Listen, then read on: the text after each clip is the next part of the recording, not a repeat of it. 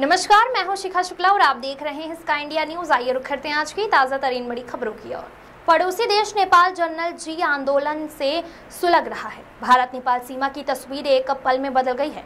Corona काल में व्यापार ठप होने से जो सुस्ती का माहौल बना था, वह पिछले 2 दिनों से भारत नेपाल सीमा पर पानी टंकी में लौट आया है। सैकड़ों ट्रक फंसे हुए हैं। हालांकि कुछ ट्रकों को आपातकालीन आधार पर नेपाल से भारत आने की अनुमति दी गई है, लेकिन भारत से नेपाल जाने वाले ट्रकों पर अस्थायी प्रतिबंध लगा दिया गया है। और इस राज्यों की स्थिति के कारण व्यवसायी समुदाय ने कहा है कि हर दिन औसतन लगभग 1.5 करोड़ रुपए का नुकसान हो रहा है। हर दिन लगभग 150 ट्रक माल लेकर भारत नेपाल सीमा पर पानी टंकी के माध्यम से भारत से नेपाल जाते हैं। फिर से नेपाल से हर दिन 20 से 25 ट्रक भारत में सामान लाते हैं। हालांकि नेपाल की मौजूदा स्थिति के कारण वो सभी ट्रक मंगलवार से सीमा पर फंसे गए हैं। ज्यादातर ट्रकों में आलू, गैस, मसाले, दवाइयां, चावल, दालें, मशीनरी और तेल के टैंकर जैसी जरूरी सामान होते हैं। पाइप, प्लास्टिक के डिब्बे, प्लाईवुड नेपाल से आते हैं। व्यापारी वर्ग चिंतित हैं क्योंकि माल से लदे ट्रक सीमा पार नहीं कर पा रहे हैं। उन्हें हर दिन भारी मुश्किलों का सामना करना पड़ रहा है।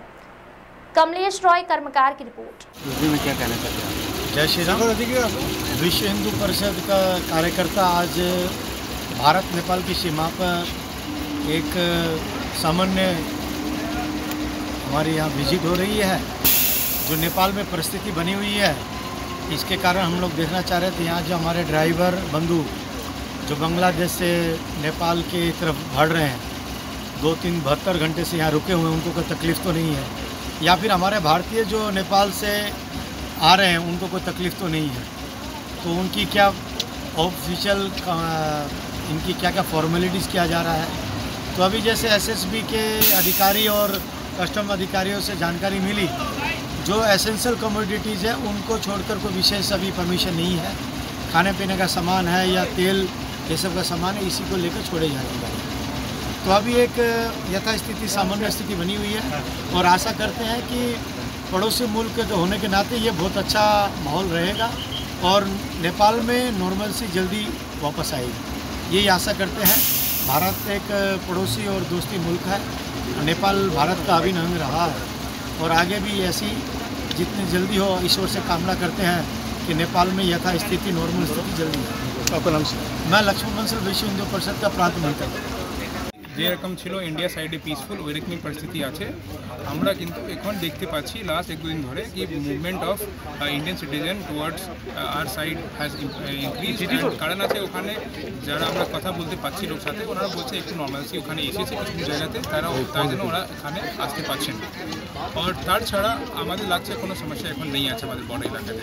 আপনাদের পক্ষ থেকে মানে কি কি সহায়তা এখনো পর্যন্ত আমরা একটা অনারেবল চিফ মিনিস্টার আমার ওয়েস্ট বেঙ্গল আছেন, উনি আমাদেরকে ডিরেকশন দিয়েছিলেন একটা হেল্পলাইন নাম্বার চালু করতে। ওয়েস্ট বেঙ্গল পুলিশ একটা হেল্পলাইন নাম্বার চালু করেছে, ওটা আমরা ডিফারেন্ট সোশ্যাল মিডিয়ার মাধ্যমেও আমরা প্রচার করেছি।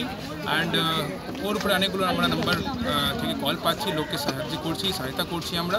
সেকেন্ডলি তার ছাড়া যারা এখান থেকে ক্রস করছে বর্ডার, তাদেরকে আমরা যে অ্যাসিস্ট্যান্স দিতে হয়, এখানে ফর এক্সাম্পল প্যানিক হয়ে আছে অনেকগুলো লোক, এখানে অনেকদিন ধরে ওখানে আটকে ছিল, তাদেরকে আমরা এখানে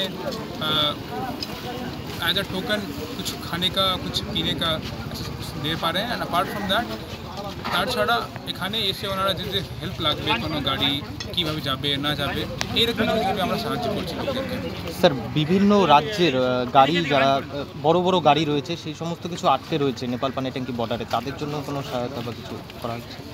ওটা যে ট্রান্সপোর্ট ডিপার্টমেন্ট আছে ডেফিনেটলি ওর জন্য দেখছে, but at the same time I must tell that যে নেপাল দিকে আছে এখন যে ওখানে যে এক্সাইজ অ্যান্ড কাস্টমস ডিপার্টমেন্ট থাকে, ওনারা এখন যা অবধি ফাংশনাল থাকবেন না অ্যান্ড এখানকার লোক যদি যেতে চাইবে না, তাহলে I mean they will move based on that direction only. তো সিচুয়েশন ঠিক হবে, ওখান থেকে বেরোবে লোক।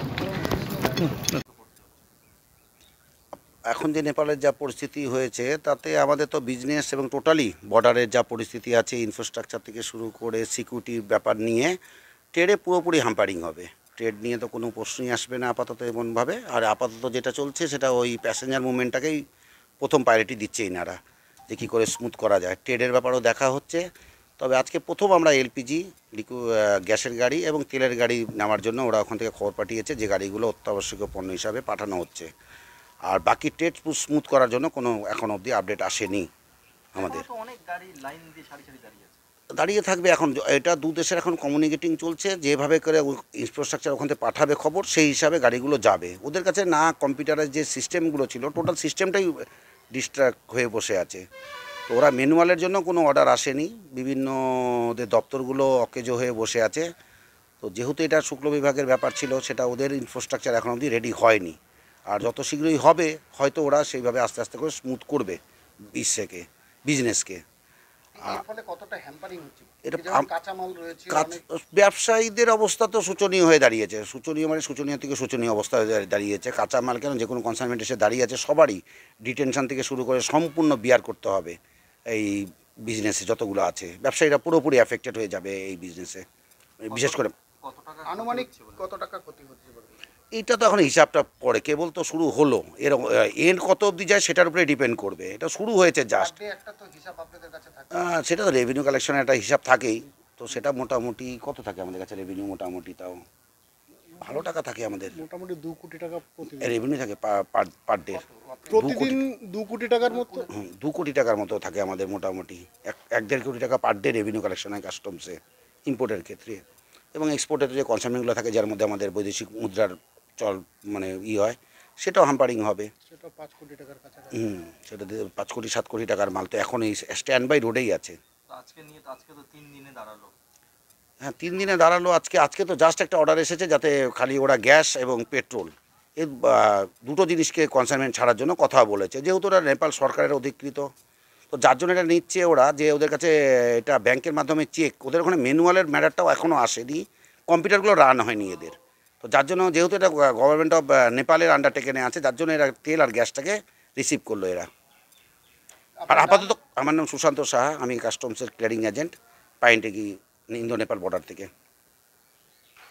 वहाँ पर सिचुएशन क्या है सर अभी? सर अब सिचुएशन थोड़ी ठीक हो गई है हाँ as compare to last year. और अब लोग कहाँ से कहाँ आ रहे हैं आप लोग? सर हम अभी क्या बोलते हैं, काठमांडू से बागडोगरा एयरपोर्ट आ रहे हैं, फिर हम दिल्ली जाएंगे, क्या बोलते हैं, बागडोगरा से। और 2 दिन से जब बंद था तब तो क्या कहते हैं आप लोग? सर हम होटल में इन साइड रहे। तो होटल का सिचुएशन और रास्ता का सिचुएशन कैसा रहा वहाँ पे? तो काफ़ी फ़िलहाल ठीक है। हाँ जी सर। और आपका नाम? अमित। Thank you.